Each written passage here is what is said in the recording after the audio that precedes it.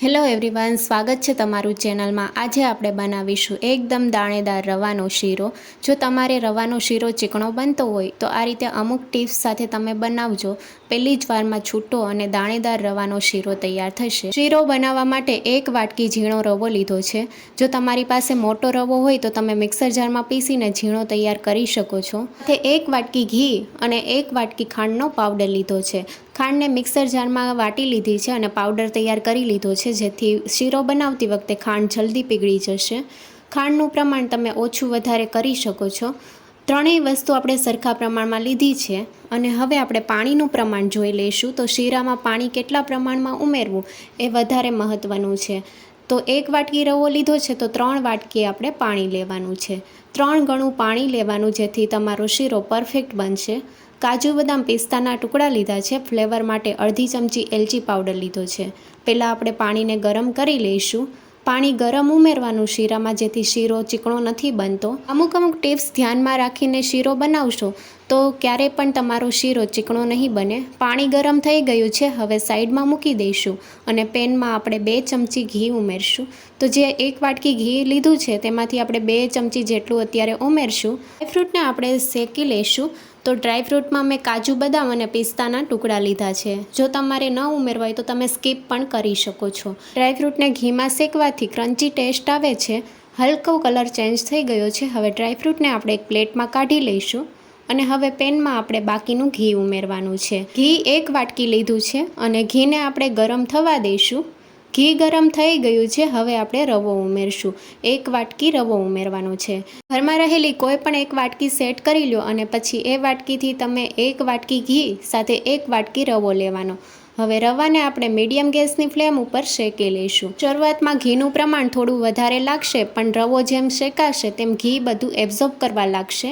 તો આપણે 6 થી 7 મિનિટ માટે મીડિયમ ગેસની ફ્લેમ ઉપર રવાને શેકવાનો છે। રવાને આપણે સતત ચલાવતા રહેવાનું છે અને 2 થી 3 મિનિટ જેવું થઈ ગયું છે। રવામાં ઘી એબ્ઝોર્બ થઈ ગયું છે અને રવો આ રીતે થોડો થીક થઈ ગયો છે। રવો જેમ શેકાશે તેમ તેમાંથી ઘી છૂટું પડવા લાગશે। તો હજી આપણે 3 થી 4 મિનિટ માટે રવાને શેકવાનો છે। ટોટલ 6 મિનિટ જેવું થઈ ગયું છે મીડિયમ ગેસની ફ્લેમ ઉપર રવાને શેકાતા, અને તમે જોઈ શકો છો હલકું ઘી છૂટું પડવા લાગ્યું છે। રવો ફૂલવા પણ લાગ્યો છે। રવો શેકાવાની સુગંધ આવવા લાગી છે। રવો શેકાય એટલે આ રીતે તમે જોઈ શકો છો જાળી પડવા લાગે છે, સાઈડમાંથી ઘી છૂટું પડવા લાગશે અને રવાનો કલર પણ ચેન્જ થઈ ગયો છે। તો રવો શેકાઈ ગયો છે અને હવે આપણે પાણી ઉમેરવાનું છે। રવાનો કલર પણ ચેન્જ થઈ ગયો છે અને તમે જોઈ શકો છો સાઈડમાંથી ઘી પણ છૂટું પડે છે।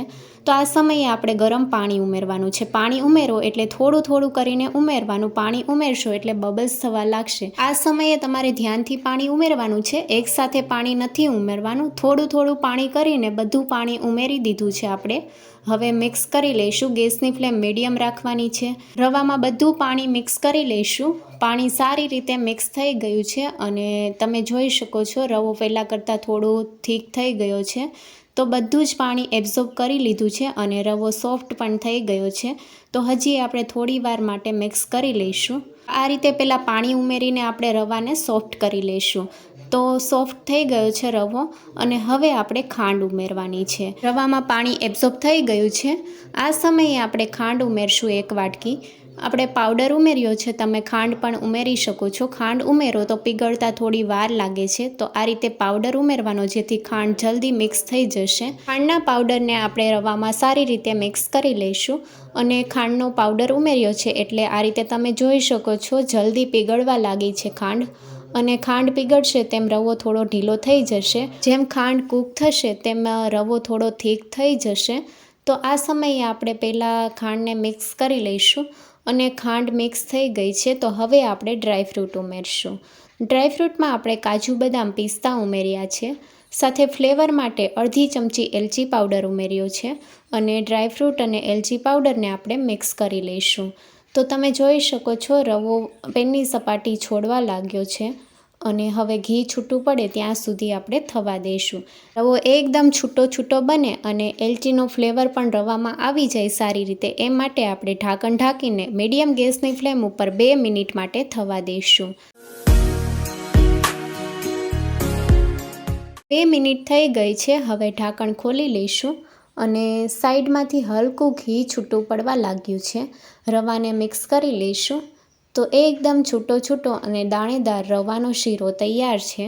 હવે આપણે ગેસની ફ્લેમ બંધ કરી દઈશું અને રવાને આપણે ગરમા ગરમ સર્વ કરીશું.